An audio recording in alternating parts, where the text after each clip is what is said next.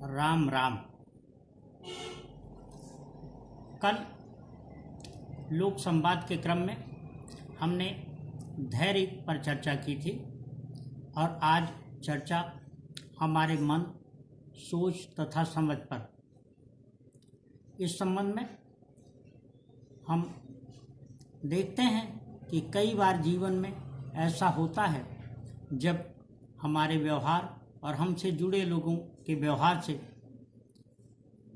ऐसी स्थिति, ऐसी परिस्थिति, ऐसे हालात बन जाते हैं जिनमें हमारा मन कई प्रकार के संशय, संदेह और विस्मय से भर जाता है। मन में कई तरीके की विपरीत प्रतिक्रिया होने लगती है। उसमें संतुलन का होना बहुत आवश्यक है। हमारे सोच का प्रभाव मन पर होता है, मन का प्रभाव तन पर होता है और मन तथा तन दोनों का प्रभाव जीवन पर होता है।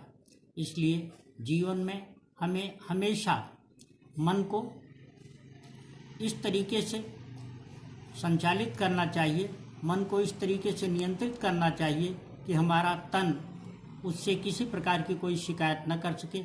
बाद में किसी भी प्रकार से शरीर के द्वारा किए गए कार्य या तन मन दोनों के द्वारा किए गए कार्य से कभी पश्चाताप न पैदा हो।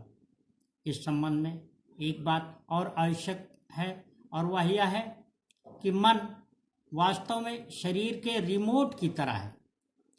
यही शरीर और शरीर के सभी अंगों को नियंत्रित करता है और उन्हें अपने अनुकूल कार्य करने के लिए प्रेरित करता है, उकसाता है।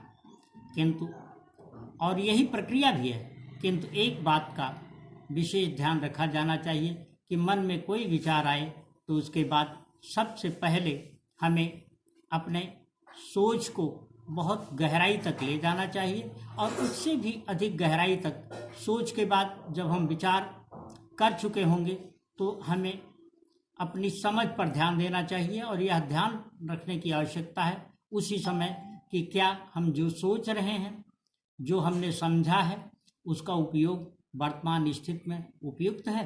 अगर हम ऐसा कर लेते हैं तो यही स्थिति, यही अवस्था विवेक की होती है और जब विवेक हमारे साथ होता है तो हम कभी किसी प्रकार के गलत कार्य से बच जाते हैं और जीवन में इससे किसी भी प्रकार का पश्चाताप या अपराध बोध नहीं रह जाता है। इस स्थिति में यह भी ध्यान रखे जाने की आवश्यकता है कि जब हम मन के अनुकूल अपने शरीर और शरीर की क्रियाओं को क्रियान्वित करना चाहेंगे तो हमें अपनी आत्मा, अपने विवेक, अपनी समझ, अपने सोच और अपने संपूर्ण विचार के साथ तादात्म्य स्थापित करना चाहिए। यही समन्वय है जीवन का, शरीर का, तन और मन का। और इस समन्वय, इस सामंजस्य से जो हमें प्राप्त होता है उसके सहारे हम जीवन को बहुत ही सुंदर, बहुत ही रसमय बना सकते हैं, बहुत ही प्रेमपूर्ण बना सकते हैं और न केवल हम बल्कि हमसे जुड़े हुए सभी लोगों के साथ हमारे व्यवहार बहुत ही अच्छे होते चले जाते हैं। एक बात ध्यान रखे जाने की आवश्यकता है कि मन में हमेशा अच्छे विचार लाए जाने चाहिए, अच्छे विचार लाए जाने की कोशिश होनी चाहिए। मन जितना निर्मल होगा उतना ही अच्छा होगा। इस संबंध में श्री रामचरितमानस के अयोध्याकांड की एक चौपाई ध्यान आती है। गोस्वामी तुलसीदास जी ने कहा है कि मन मलिन तन सुंदर कैसे, मन मलिन तन सुंदर कैसे, विष रस भरे कनक घट जैसे। मन मलिन तन सुंदर कैसे, विष रस भरे कनक घट जैसे। सोने के घड़े में अगर जहर भी रखा जाए तो हमेशा ये हमें समझना चाहिए कि वह जहर ही रहेगा। सोने के घड़े में जहर भरने से वह कभी अमृत नहीं बन सकता। इस बात को ध्यान में रख करके जब हम आगे अपने व्यवहार को सुनिश्चित करेंगे तो ये पाएंगे कि निश्चित तौर पर हम सुगम पथ पर आगे सहजता के साथ, सरलता के साथ बढ़ रहे हैं और इससे जीवन बहुत अच्छी अवस्था को प्राप्त करता जाता है। एक और बात की तरफ इस संबंध में ध्यान देने की आवश्यकता है, और वो ये कि हम अपने मन में अच्छे विचार ला कैसे सकते हैं। अच्छे विचार तभी आएंगे जब हम दूसरों के बारे में भी इस संबंध में सोचना चाहेंगे, दूसरों के हित को भी इस बारे में सुनिश्चित करना चाहेंगे, उनके लिए भी किसी हद तक चिंता करना चाहेंगे। और वह चिंता सबसे अच्छी होती है लोगों के साथ सहयोग करने की, मदद करने की।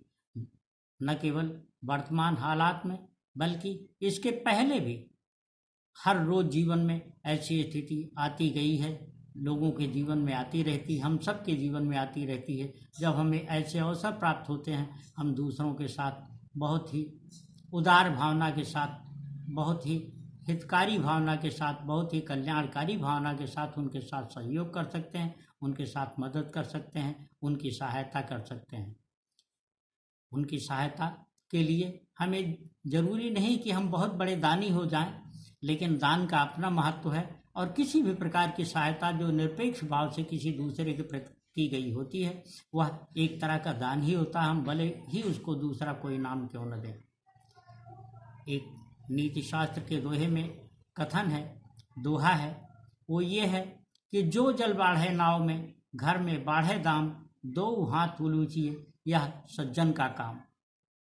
जिस प्रकार से नाव में जल भर जाने पर उसका नाविक, उसको चलाने वाला और उस पर बैठे सभी यात्री उसे बार बार बाहर निकालते हैं और नाव सुगमता से चलती है, ठीक उसी प्रकार से घर में बहुत अधिक धन आ जाने पर, बहुत अधिक अर्थ आ जाने पर, बहुत अधिक संपदा आ जाने पर, वैभव बढ़ते जाने पर भी हमें उसी प्रकार से उसे बाहर करते रहना चाहिए। इससे न केवल हमारा जीवन स्वयं को प्रसन्नता देगा, बल्कि घर में किसी भी प्रकार की दूसरी विकृति नहीं बढ़ पाएगी, और विकृति से हमारे घर में नकारात्मक ऊर्जाएं पैदा होती हैं, हम उन नकारात्मक ऊर्जाओं से बच सकेंगे।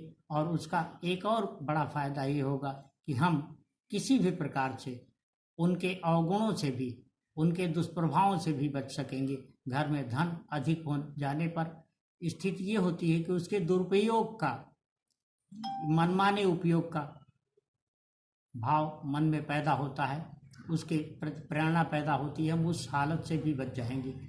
एक और महत्वपूर्ण बात इस संबंध में है, और वो ये कि विश्वास को हमें किसी भी प्रकार के किसी कथन में जो उसके पीछे संदेश छुपा होता है, उस पर विश्वास करने के पहले उसे विवेक के तराजू पर तौलना चाहिए। विश्वास को हमेशा तर्क के तराजू पर तौलने की आवश्यकता होती है, और हम ऐसा करते हैं तो पाते हैं कि हम सही निर्णय पर पहुंच रहे हैं। महात्मा गांधी ने कहा है कि विश्वास जब अंधा हो जाता है, विश्वास अंधा होने के उपरांत उसके पथ से विचलित होने की आवश्यकता पड़ती है। पथ से वह विचलित हो जाता है और उसी समय वह मर जाता है। इसलिए विश्वास को हमेशा तर्क के तराजू पर तौलकर सही पथ पर और सजीव रखने का यत्न किया जाना चाहिए। और इन सारी बातों के प्रकाश में एक और बात जो सबसे अधिक महत्वपूर्ण है, वो ये है कि जीवन में समस्याएं बड़ी हैं, जीवन में समस्याएं बड़ी हैं, हर कदम पर आपदाएं खड़ी हैं, लेकिन हम धैर्य से अगर मन, विचार और वाणी को सही तरीके से नियंत्रित कर सकें तो निश्चित तौर पर हम बहुत ही अच्छा परिणाम प्राप्त कर सकेंगे। इसी आशा के साथ राम राम।